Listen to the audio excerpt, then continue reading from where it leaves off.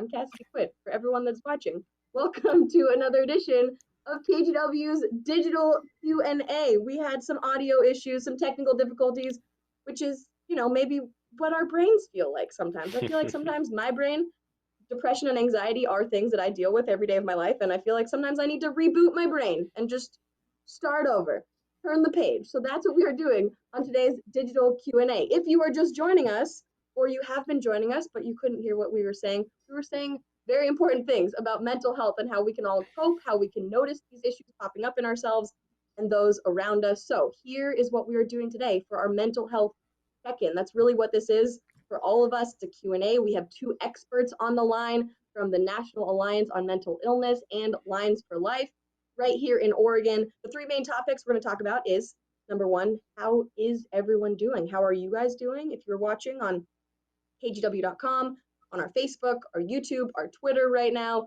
please leave a comment. Let us know how you're feeling right now. Ask a question to our experts. We will be taking your questions live throughout this entire show. Then we'll talk about what can we do if we notice that we ourselves are struggling, how can we cope, and how can we help others around us, our friends and family members that we might notice are struggling right now. So Greg, we're going to start back with you again.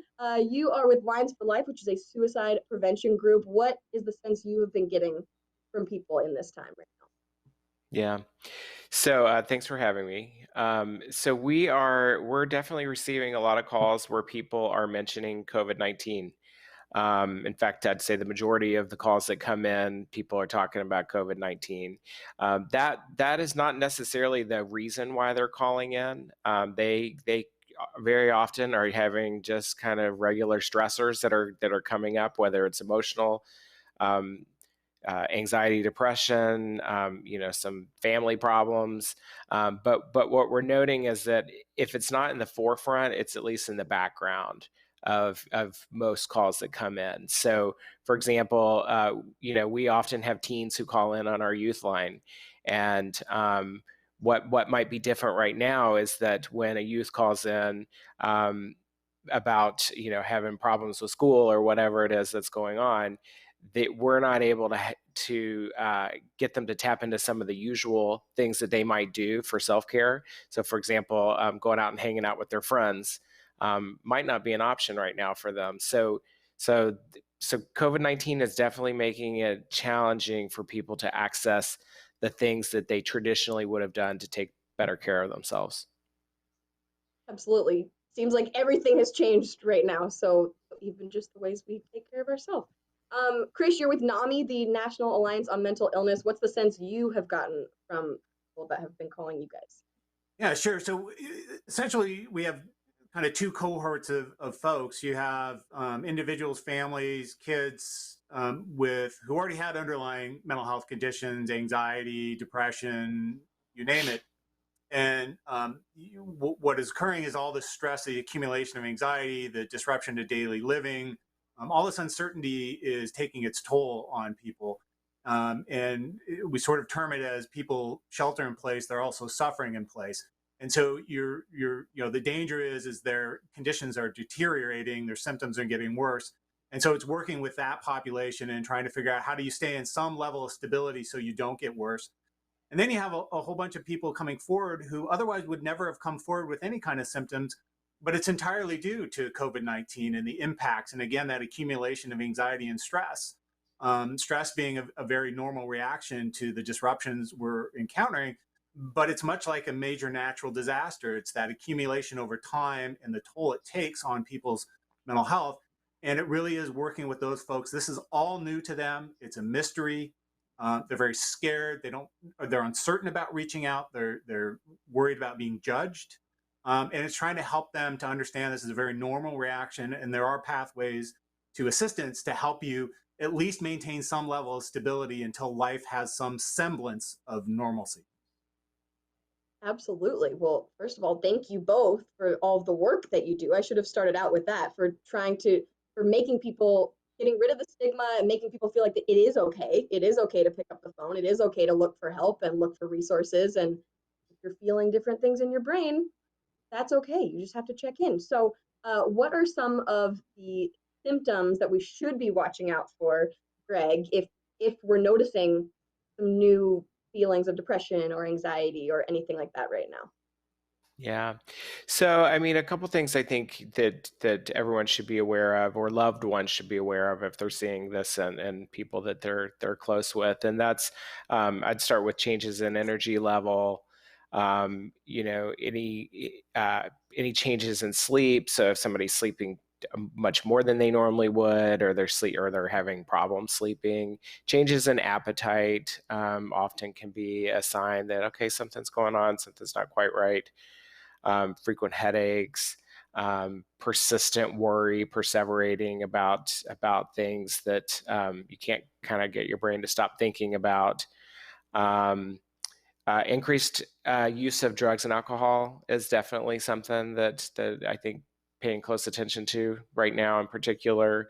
And sort of an overall inability to experience pleasure. So if you're eating a nice meal and you know it's a nice meal, but you're really not enjoying it, you're not appreciating it, that might be a sign that, like, I'm feeling kind of dull right now, and I'm not really feeling in touch with things that normally would sort of spark my brain and make me think, oh, I feel happiness right now. So pay attention to those things, and you know, the earlier you pay attention to that, the better you're going to have a chance to have the energy to say, you know, I think I need to reach out and talk to somebody about this.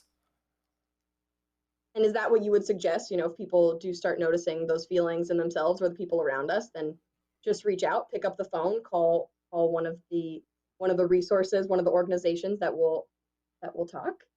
Absolutely. Yeah. I mean, I think, you know, when people start to feel low, um, the brain, I think, often tells us that, you know, we don't have the energy to reach out. And the best way to combat these feelings that we get stuck in our head having really is to get them out, to talk about them with someone else, and to just share what your experience is. It kind of takes the power away from it and gets us to where we can figure out how we're going to continue to move forward. So yeah, so we want people to be calling us. We're here 24/7, and you know, we most of our clinicians are working from home, so there's no disruption in service. We're ready to take those calls, and we want you to reach out to us. That's wonderful. Just knowing that there are resources all times of the day, like you said, 24/7.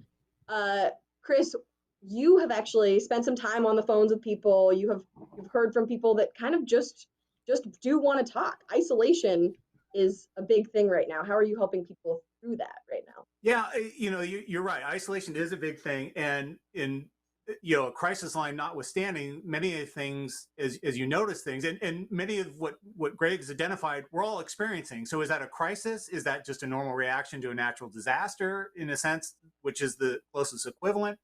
And how do you remedy these things? And one is you know, we have in our society, we don't have the deep social connections we used to have, and renewing some of those through just picking up a telephone, checking in with family, you know, going outside for a short walk, paying attention to your diet. These are all things that can countermeasures to suffering some of the symptoms that are related to what we're experiencing. And yeah, people, you know, one of those again is that deepening social connection, and you do that through communication, and we do that as humans through speaking, by and large. And so people call us, and they may be looking for resources, but we may be spending 20, 25 minutes on the phone with them, because really what they want is just to get out some of the things they're experiencing. And then we're encouraging different networks to connect. So one of the things that we do, particularly with our regular volunteers who aren't able to come into our office now, is really just hold sessions where everybody gets to check in with one another. And so that's a lot of what we're seeing. You know, one is, I need help. Where do I go in a world where I can't go to my doctor anymore? And how do I do that? And two is just a general sense of, I really need to connect here. And so what I want is, I wanted to talk to someone, so that it helps me through this anxiety. And I do want to note, I mean, the things we're talking about here, especially for people who are experiencing this for the first time, these are very normal things. They're very common things. We don't recognize all the fact because we don't talk about this as prevalently as we should. It's better, You know, we were talking 20 to 30% of the population from 13 years old, 13 years of age to older at any given time under normal circumstances is dealing with something. And now you layer on top of this. And so really what we help people do in our line, spend a lot of time right now doing, is just reassuring people, hey, this is not a typical reaction to what you're experiencing. So now let's recognize that, and I'll start to help you through this. Yeah, I would Absolutely. I just mean, oh, sorry. No, go ahead, Chris or Greg. I was just going to say, I think a lot of times we think that when we're afraid of something, when we have a fear, if we talk about it, it's going to make it worse. It's going to make it real. And what we know is that if you just talk about your fears, it actually takes the power away from them, and it gives you the ability to sort of reason through and talk with other people about, like, okay, how big of a concern is this really? And often we learn that, there are ways to deal with it. We just kind of got to get it from our head out. Absolutely. And I know for me, because I do have, before the pandemic started, I have depression, I have anxiety, and these are things I learning to cope with and learning what helps my brain get through them. And I know for me, on this past weekend, I had one of those days where I just felt like the entire world was ending for no reason. I just like, but I luckily do have a quarantine partner. My boyfriend is just a few feet off of the camera over there, also working from home. But it wasn't until I actually said the words out loud to him, hey, I guess I'm not doing well today. I guess I just need to sit in the car and cry for a few minutes. And then once I got that out, and then Chris, you were talking about just the simple idea of going outside, going out into nature. I did that. I went on a walk. I took pictures of flowers, and then it was like my brain came back and the world was okay. It was beautiful outside. I reminded myself of things that brought me joy, and the world was not in fact ending, but it took me actually saying the words out loud to be able to get through that. So Chris, one thing you have heard a lot is people asking, how do I get a therapist? If I feel like I've gotten to that point and I want to get a therapist, how do I find the right one? How do I find one in the middle of a pandemic? How does that work? Yeah, and there's no good answer to that right now, because everything that we took for granted, we had a system and pathways to care that were very inefficient to begin with. And then you layer on top of it a pandemic, and taking industries such as behavioral health clinicians and therapy, it was not used to doing telemedicine, and everything is virtually like we're even doing right now. Well, they didn't do that. And overnight, they had to create the infrastructure to be able to do virtual appointments over the phone and that. So there's no good answer here, but how do you go about it? Almost in the same way you would have. You reach out, we encourage folks to reach out and start with their primary care physician. One is you want to rule out any kind of medical causes that may be underlying that. You definitely want to start addressing, is this really the body's natural reaction to the stress that we're all encountering? And so maybe I'm not as concerned about that until I see the impacts over a little bit longer period of time. And then your clinics here in Oregon, by and large, are fairly integrated. And so they do have referral networks to get you to therapists that are doing virtual appointments. I will caution folks, right now, it's not necessarily easy. So there's a certain persistence that you have to have.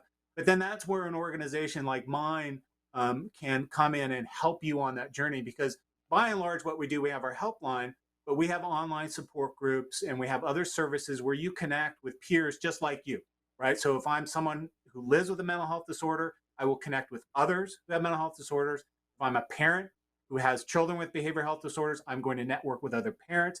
And what we do is really hold each other's hands through that journey, knowing that sometimes it's a long road to get to that therapist. But to really, as a long-winded answer to your question, still stick to your normal pathways, but understand it's going to take a level of patience and persistence. And then what you want to do is find these other avenues that help you kind of maintain until such time as you can reach that help. Great, thank you so much. So we actually have a question from one of our viewers on Facebook. Connie Metz wants to know, I haven't been sleeping well since the pandemic began. What can I do? And I know for me, that has been something. Sometimes my anxiety will just start, I'll be tired at 10 o'clock. And then when I want to go to bed at midnight, all of a sudden, every anxiety in my brain is there and I can't sleep. So either of you, what what tips do you have for people maybe? So I'll take this one, Chris. So, we talk a lot on the lines about sleep hygiene and the importance of good sleep hygiene. And what sleep hygiene is really keeping routines. So we really encourage people to go to bed at the same time each night and to get up at the same time each morning. And that's hard right now because people don't have the normal structure that they're used to. So they maybe don't have to get up and go to work at 8 a.m. So they're up at 7 or whatever. But what we know is that if you deviate from that schedule too much, your body and mind get confused.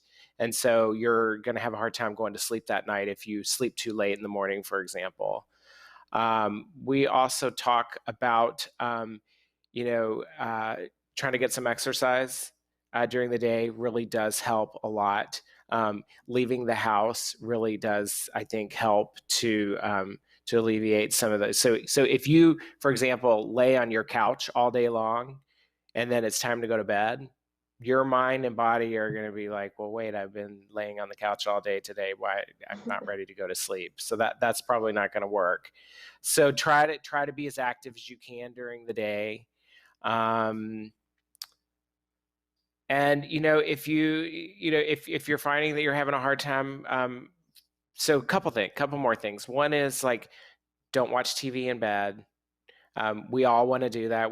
It's comforting to pull out the iPad and just watch Netflix in bed right before sleep, but that actually will make it harder for you to fall asleep when it's time to fall asleep. So really, when you're in bed, before bed, some light reading, then turn the light out after a short period of time and try to go to sleep. And if you're not falling asleep within, I'd say, a half hour or so, then get up, actually get out of bed and go sit somewhere different than in your bed and do a little bit more reading and then try to go back to bed. And I know that's a tall order because you're tired and you don't want to get up and get out of bed, but it actually really does help. It kind of breaks the cycle, and then hopefully you'll get tired enough from reading for 15, 20 minutes that when you go back to bed, you'll be able to go to sleep. That really does make so much sense. If I could add just a little bit around also being mindful of your diet, and understanding the relationship between diet and wellness. In particular, I think we forget the consumption of alcoholic beverages has gone up as we're all trying to cope and in some respects probably self-medicate ourselves. But alcohol inhibits sleep, for example. So just being mindful, don't drink more caffeine later in the day because you're getting up later, right? I mean, there are these kind of things. But I would also add that what people are experiencing in terms of disruption in sleep, certainly more vivid dreams, these are all the body's normal reactions to stress. So what we hope people don't stress out too much about losing sleep, right? And so it's a problem. You want to do good sleep hygiene, but you don't want to be so fixated on the fact that you're having a problem with sleep that you're just exacerbating the problem you're experiencing. So understanding these are normal and that you can address these, but it may not get you back to where you were perfect before the pandemic hit. And so again, forgive yourself a bit when you're experiencing these things. So much of it comes back to that, just forgiving yourself and saying, it's okay. This is normal, even though it doesn't feel normal at all. But nothing is normal right now. Yeah, it's a challenge because we keep, we kind of have this hope against hope that we'll go back to some kind of baseline. And if we do, it's a long time coming. So it's trying to find, again, particularly for people who have underlying, those of us who live with mental health disorders already, trying to find ways to adapt, forgive ourselves. When we have a bad day, you know what? That's okay. You get up and then you do it again, and you just do these little things and count your little blessings as coping mechanisms to really help you through this. Now, you both talked about, if you're inside all day and you're not feeling great, maybe just going outside, leaving the house for a little walk. For some people, more of their anxiety comes because they're stuck at home. And then for others, I've gotten a couple comments of when they leave the house, when they have to go to the store, when they do maybe need to go to the doctor. What are some ways to cope when you do have to leave the house and that's what's stressing you out? Go for it, Greg. Okay.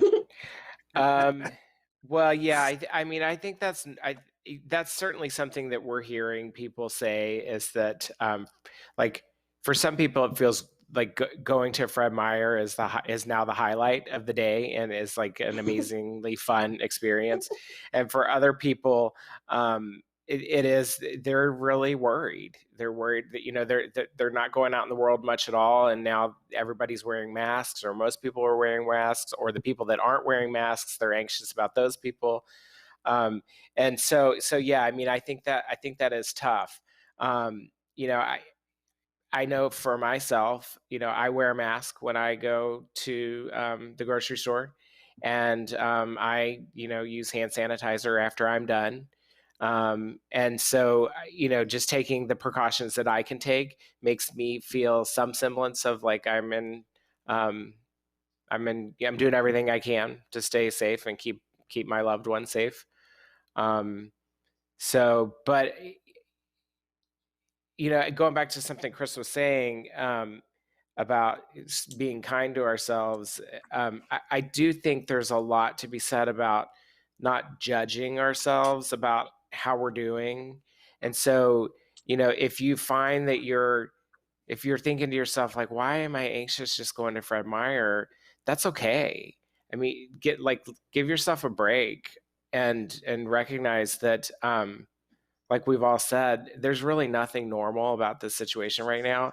And sometimes just doing the best you can is really all you need to do. And so I do encourage people to get out and go out. But, I mean, that could even be just stepping out of your front door and getting some sunshine, walking around your house. I did that myself this morning and it felt great. So movement is important right now, and if you're somebody who can move, I really, really encourage it. I think and then even just feeling.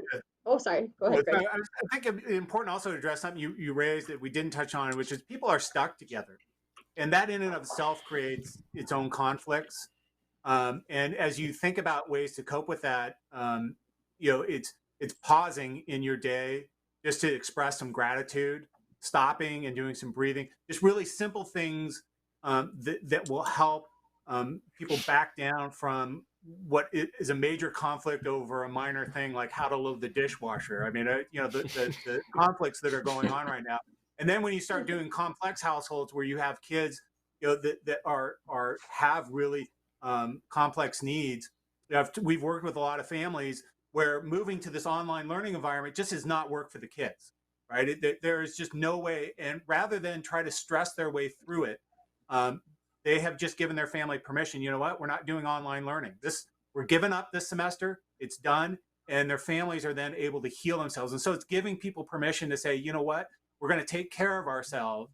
We're going to do what's necessary to take care of ourselves. And just giving yourself, again, permission as a family stuck together to do those things. Absolutely. Thank you both for your great answers so far. We're going to give you guys just a quick break for a second, and we're going to bring in our senior digital producer, Jared Cowley, to talk about some of the resources we have on our website right now for anyone thinking about their own mental health. So, Jared, take it away. Thanks, Cassidy. And thank you, Greg and Chris, for all you do to help people who need support. During the show, I've especially liked what you said about how this is normal and it affects a lot of people. There's no shame in having depression or anxiety or any mental health issue, and seeking help is a good thing, and we shouldn't be afraid or ashamed to do so, especially during this time or any time. At KGW.com, we do have a lot of important resources to help people who need support. Right now on KGW.com, we have an article for this digital Q&A, and you can see it right there on the website. This video you're watching right now is embedded in the article, so if you want to share this article with someone who needs support, they can open this article and watch the video. Inside the article, we also have links to important resources, including links to Lines for Life and links to NAMI, the National Alliance on Mental Health. We have links to the National Suicide Prevention Lifeline, among others. We also have a link to a Reddit AMA that KGW's assistant news director did with 2 experts from Lines for Life on this very topic. And you'll see that this article is on the front of our website right now. But if you're looking for this article in the resources, it has days or weeks or even months or years from now, and the article isn't on the front page, you can do a search on our website or really on any search engine for KGW Digital Q&A, and you should be able to find the article. You can also find this video and all of our digital Q&A videos on a number of different topics on KGW's YouTube channel. If you search for Digital Q&A on that channel, you'll be able to find all the videos we've done since we started the show a couple months ago. So we do have a lot of resources out there, and I think that we'll probably talk more about resources as we continue the show today. But I just am grateful for information on this topic. I'm grateful for having two experts who can talk to how this is a normal issue that a lot of people are experiencing, and that's okay. Absolutely. Thank you, Jared, for making it so easy for everyone to find those resources as well. So if you just go to kgw.com and find some easy links to click on, some phone numbers to call. So Greg and Chris, we've talked a lot about how to check in with ourselves, what to do if to be kind to ourselves, to be forgiving to ourselves. What about those around us? So Aaron Eisenschmidt wants to know, he said, I'd like to know what kinds of questions people should ask of those that have mental health related issues around us. And if it matters if the person asking the questions has mental health related issues themselves. So let's start with Greg. Yeah, so that's a great question. You know, at Lines for Life, one of the things we talk a lot about is just having open and honest conversations with people and not being afraid to ask certain questions that might seem hard to ask. And to know that there's really no perfect way to ask certain questions. What's most important is that you are able to convey to the person that you're talking to that you care about them. That's actually just the basics. So if you're noticing with someone that they seem depressed or anxious, just ask them about it. Most people feel really relieved when someone just flat out says, "Hey, I'm noticing that you seem down." And you know, depending on how what you're noticing, if you have any concerns that they're suicidal at all, we really encourage you to just directly ask the question, "Hey, are you having thoughts of hurting yourself?" A lot of people that we say that to on the crisis line say, "Oh, I'm afraid to ask that question because it's going to introduce the idea, or it's going to make them think, oh, well, I can kill myself." And we know now through years and years of doing this that we're not actually introducing the question by asking that question. And in fact, we oftentimes are saving a life by asking that question, because it really gives the other person, it makes them feel like, well, first of all, it makes them feel like someone cares, but more importantly, it makes them feel like there's no shame in answering this question because they just asked it very calmly, very directly. And so it kind of gives the person permission to say, you know, actually, I have been thinking about killing myself, or not. You know, many times people will say, no, that's not what's going on for me at all, but I am, you know, feeling sad. You're noticing that correctly. And, you know, we just don't hear cases where people are, you know, I mean, I won't say never, but we're not hearing where people are angry that somebody asked them that question directly. So really just whatever it is that you're noticing with your loved ones that seems different, you know, kind of some of those warning signs or behaviors that have changed, just ask them. I'm noticing this, and you know, how are you dealing with that? Like, I'm noticing you're not sleeping. How are you dealing with that? And I think the second part of the question was, if you yourself have mental health concerns, I think was the question. Yes. Yep. And honestly, you know, I mean, that's going to be on an individual basis as far as how comfortable somebody is in disclosing that. But I know from experience that, you know, if people are open about their own mental health experiences or histories, so say someone says, you know, I suffer from depression too, and what I'm seeing in you looks familiar to me, that looks like something that I might have as well, that can really sort of break down that stigma and make it a real normal feeling conversation, where it can be kind of a back and forth. So if you're comfortable, just start talking. Absolutely. We talked about normalizing it for ourselves, for other people. So just being able to openly talk about it. Chris, do you have anything to add on that topic?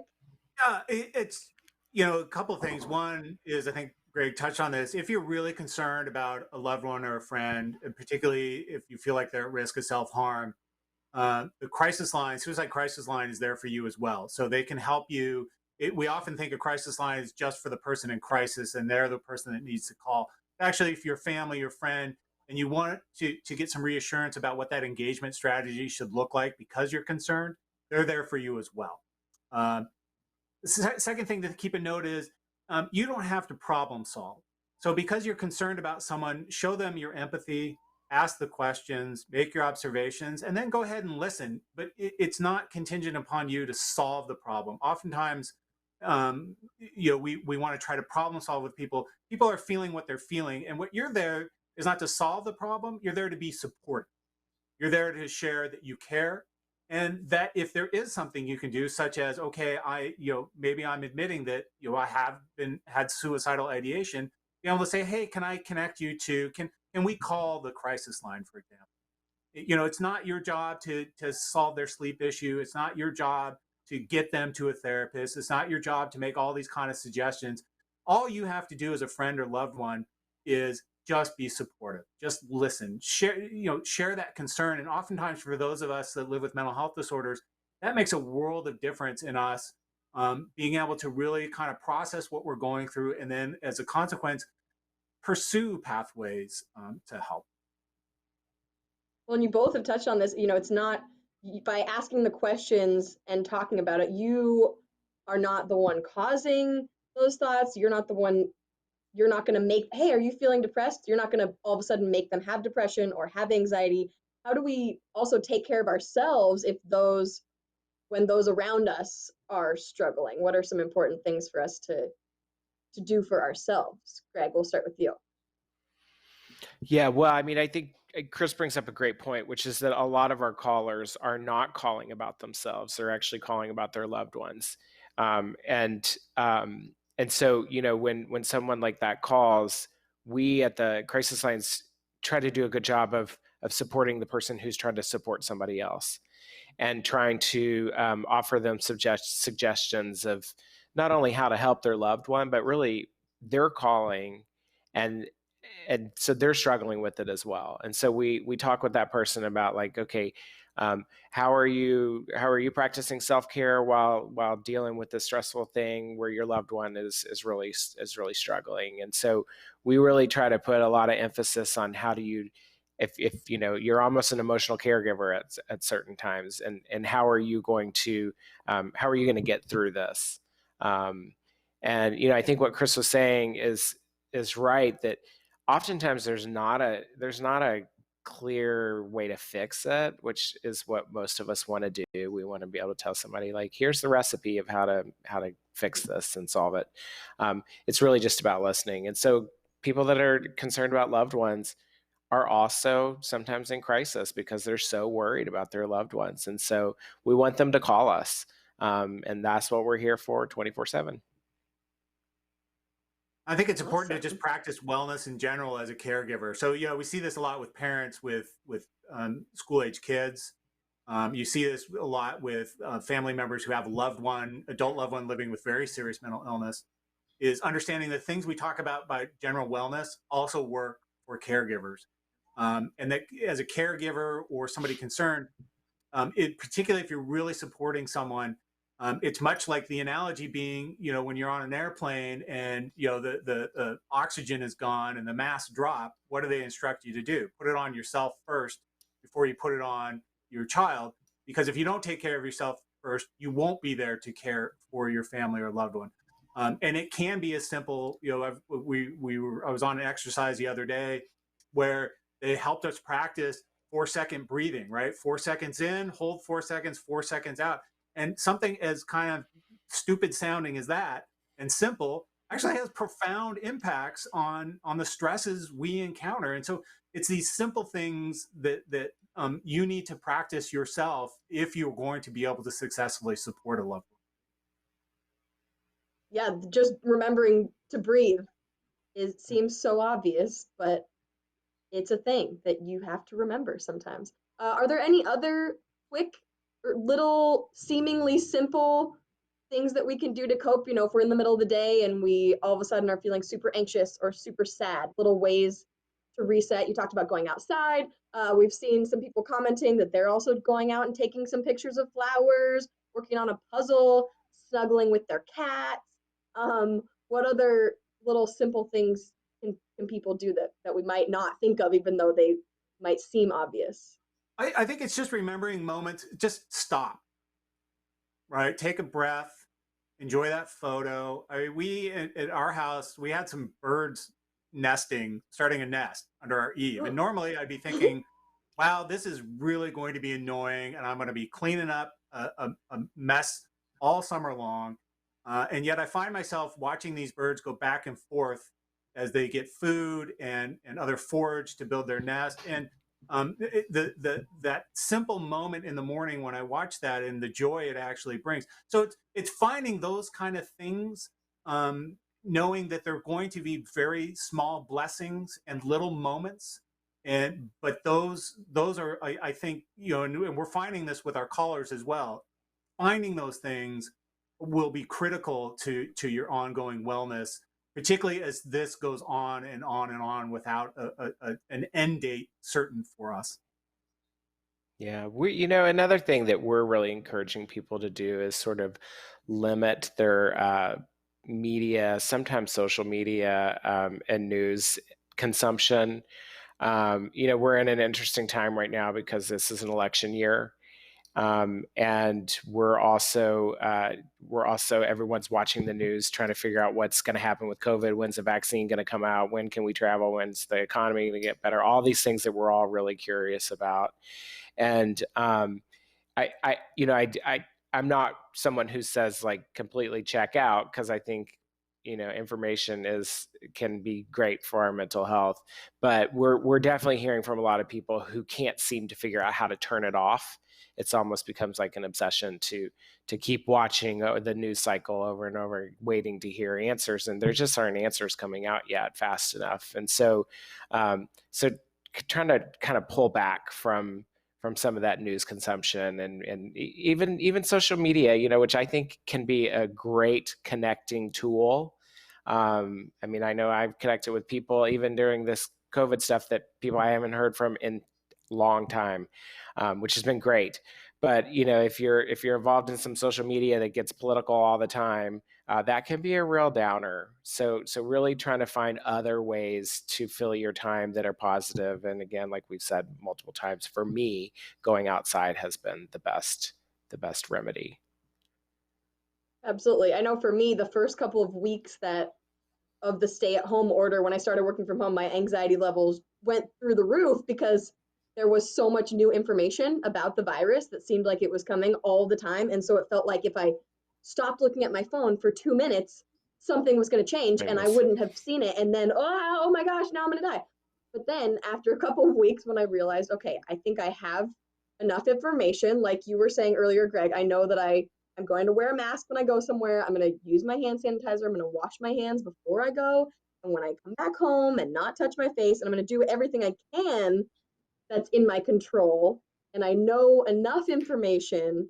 And maybe, obviously, we're KGW. We are a news station. We're putting out news so many times a day, but you can always go to the website. You don't have to watch every single minute. You can tune in when you want. And so for me, that's been a big thing, just remembering that I can maybe not look at my phone the first 30 minutes of my day. That's been hard for me to do, but I'm trying to practice it. It's difficult. I mean, the screens are everywhere, right? We got one comment from Brian Nelson. He says he's been playing a lot of video games, and for him, he's enjoying it because he says he's playing a huge backlog of games that he didn't have time to play before. So that can be good. Speaking of sitting on the couch and watching the screens, Jordan asked, how do you get motivated when the couch is like a magnet, just staring at you, sucking you in? How do you motivate yourself? That's a $64,000 question. It's not, look, as someone who lives with this stuff, it's not easy. And so you try to find, and Greg can probably address the clinical side. The practical side of it is at some point you just try to do it. And if you don't do it, you try it again, right? And then you have an understanding that is a powerful magnet. And then, give yourself permission to think, okay, is there some way I can incentivize myself? Does that mean I ask for help? Do I go to a trusted friend or family member who I'm quarantined with and says, look, I'm struggling getting off of this thing here. Force me to go for a walk, right? I mean, you just start thinking of these strategies to help you do something you want to do. And then understand it's a little victory that you're after, not a big victory, right? It's not get off the couch and be off the couch all day. Maybe it's 5 minutes of exercise. And so it's, don't set yourself up for failure, because if you do, you'll fail. And then you may give up, and that's not what we want to do. And then, like I said, for the clinical stuff, I'd defer to Greg, because there's probably better advice than the practical one I'm giving. No, I don't know. I don't know if there's a clinical solution to that, but because it's something we all struggle with. I mean, I'm a big believer in structure. When you can put structure in your life, I think that helps people to feel like they've got a little bit more self-control over situations. So, I think for a lot of people, exercising first thing in the morning is really, if they don't do it right away early on, they're probably not going to get to it later during the day. So set, like Chris was saying, set a realistic goal. So if you really want to start moving, say, okay, starting tomorrow morning, I'm going to set my alarm and I'm going to get up, whatever time it is that you get up, and I'm going to go for a 15-minute walk, and let that be the first. The first thing you do. I know for myself, when I have I've gone on longer walks during this time than I ever have in my whole life, actually. And it has been the single most important thing for my mental health that I've done. And I see the world differently when I'm out walking than I do when I'm driving or certainly sitting in my house. So yeah, I mean, I think it's about trying on new things. Yeah, and understanding. So I love hearing Greg. He goes on like, I can't stand walking. I hate it. So I have to find something else. And it's finding that thing that gets you off of that couch, gets you, as Greg said, into a structure, doing something, whatever that is for you, that helps you break that pattern on the couch. And it's going to be different for everybody. So if it doesn't work for you, if you're like me and walking is like, oh man, what a labor. Again, find something else, right? Keep trying until you find that thing that really kind of gives you that relief from what you're trying to find relief from. Yeah, and like Chris was saying earlier, if you can have a sort of an accountability buddy, like somebody that you can say, hey, I really want to start doing this. Let's check in tomorrow and see if we both did it. Let's come up with a goal that we both have, and let's check in and see if we both did it. That sometimes can be motivating enough. I love that. I know for me, it's, I have friends that we'll we don't even talk on the phone, but we'll talk via Instagram story, like, oh, look at the workout you did over there. Oh, now I'm inspired to go do a little workout, even if it's 5 minutes or whatever it is. We have another question from Rebecca. She wants to know, how do you get help if you don't have insurance? That's tough. All right. So, one is we really encourage people, if they're unemployed in particular and they're uninsured. Oregon is one of the few states, about half of the states have expanded their Medicaid. So you may be eligible for the Oregon Health Plan. So go online and apply and see. If you don't have insurance and you're in crisis, particularly in the Portland metropolitan area, and we do have a walk-in clinic, Cascadia, on around Southeast 42nd and Division. Doesn't matter what your insurance is, non-insurance, go seek help and have those interventions. Then you cobble together, you can come to an organization like mine, where essentially you connect one-on-one or in small groups with people who are experiencing exactly what you're going through. So the symptoms you're experiencing, sharing that with others and learning coping mechanisms is another potential avenue. And again, for those who have lost employment, in particular, if you're not eligible for Medicaid or Oregon Health Plan, you may be eligible for heavily subsidized insurance premium through the insurance marketplace. And so you might be able to get some coverage that way, but it really is tough. This is a problem we haven't really been talking about because we've been mired in the crisis. Is what's coming is that people are losing access to insurance, which means the services that they would normally avail themselves of may not be there. So how do you reconstruct what we do to help people like that?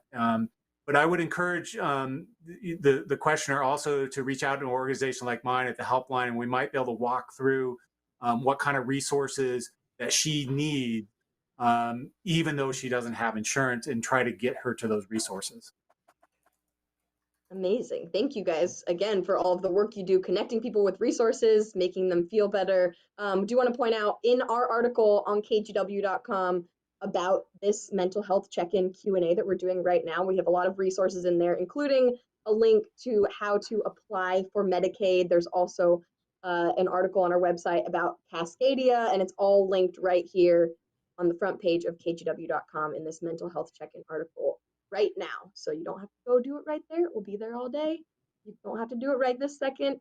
Now you guys have both talked about how we won't be getting back to normal, whatever that means, anytime soon. However, depending on where people live, what parts of Oregon or Washington, wherever people are watching from, things are starting to open. Different counties are starting phase 1, starting to open back up.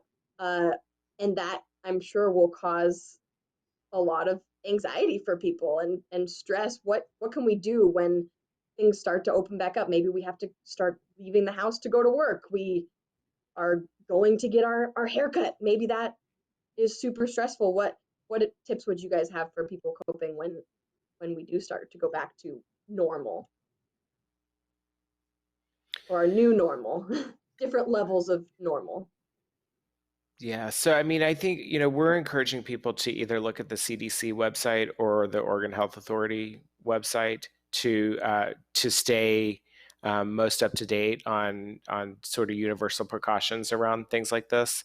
So I mean, you want to be educated about if you decide to go to the grocery store wearing a mask, basic things like that.